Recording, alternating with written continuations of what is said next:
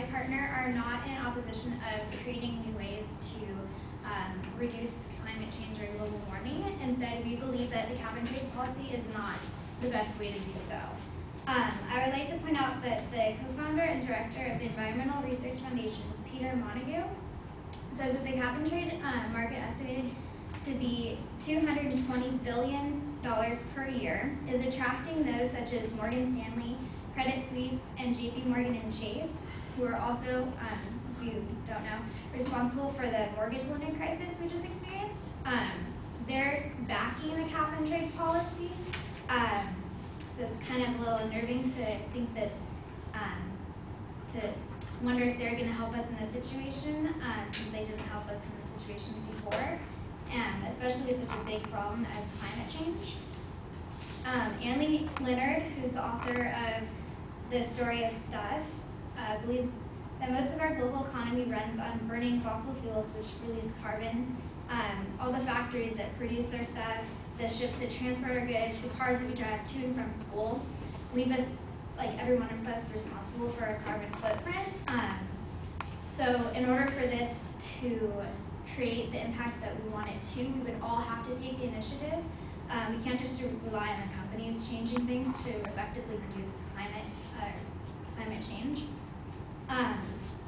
The Wall Street Journal says that it is difficult to determine where to set the cap for carbon emissions because it's hard to estimate the economic damage of climate change. It can be anywhere from 5 to 20% of the global gross domestic product. Because we can't exactly place a number on the extent of the damage, it's impossible to set a solid cap to begin with for reducing carbon emissions.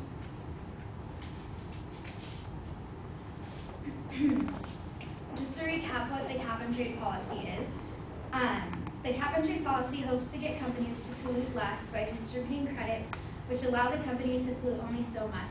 These credits will be distributed less and less over time, slowly decreasing the amount that companies are allowed to pollute. Companies will be allowed to trade or sell their credits to other companies who require more wiggle room within this cap that's been set.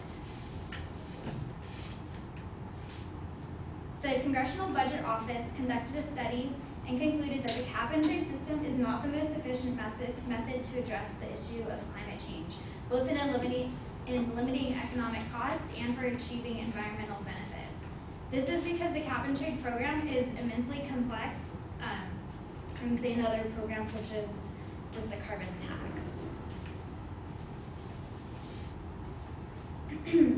I like to point out that one of the faults in the workability of the system is that it's unclear how the credits or permits to pollute will be distributed. Will they be sold? If so, then the largest of the companies, the ones that are already polluting the most, will buy the most permits and they'll continue to be the largest polluting companies. And if given out to those who are known to pollute a lot in the past, they won't really have the incentive to change for the better because they're essentially being rewarded for being the highest polluting companies to begin with. So long as companies who pollute very little are selling their credits to companies who pollute a lot more, no one is really going to change their ways.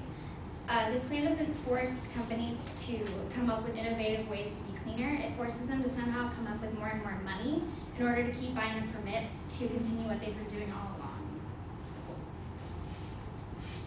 Instead, we should look for new ways for them to have the drive or the incentives to create cleaner energy methods of production. Alan Zabel, who Shannon pointed out, has 20 years of experience with environmental policy and extensive experiments with existing cap and trade policies, says himself that the cap and trade system is an open invitation to fraud and would significantly delay reductions of carbon emissions. So those two areas where fraud or cheating can exist are in free permits and offsetting. With free permits, one of the ways that the credits will be distributed, or a proposed way the credits will be distributed, is that they will be given away to companies who need it the most, which are the companies who have polluted the most. I like to point out that when this was tried in Europe, it resulted in severe price swings and erratic and unreliable values of the permits, and ultimately a rise in carbon emissions, which is the opposite of what we're trying to do.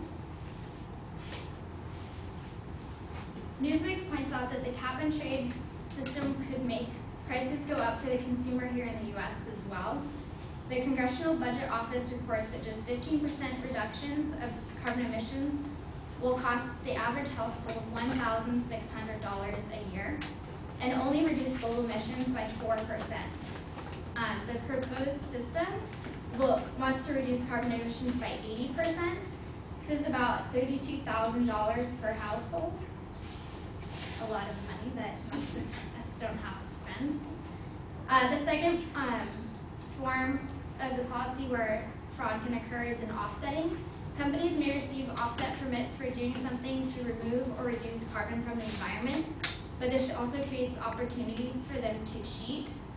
For example, a company in Indonesia cut down an entire indigenous rainforest in order to build a plantation of palm trees to get palm oil, but the cost of cutting down this entire indigenous forest outweighs the benefits of the palm oil that they produce, and essentially it created more carbon emissions than they were saving, so it didn't really balance out.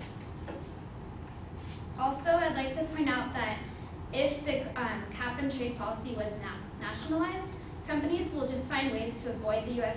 policy by shipping jobs overseas to countries who don't have a cap on carbon emissions. These companies who outsource storage jobs or production would fare better and last longer than the smaller companies struggling here in the U.S. Under a cap and trade policy, because they wouldn't be set back by the cost of buying permits, and in the long run would continue to pollute.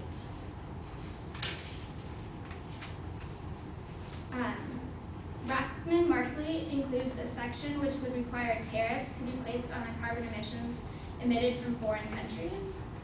In other words, if this policy was nationalized, the U.S. would have to pay more, not just for our own countries, but for other companies, for our own companies, but for other companies as well who are coming from different countries that didn't have a cap or that produced more than what our cap was set at. So in conclusion, we don't have to adopt this proposed national policy of cap and trade right now. We have time to revise and finalize policies so that they will actually work.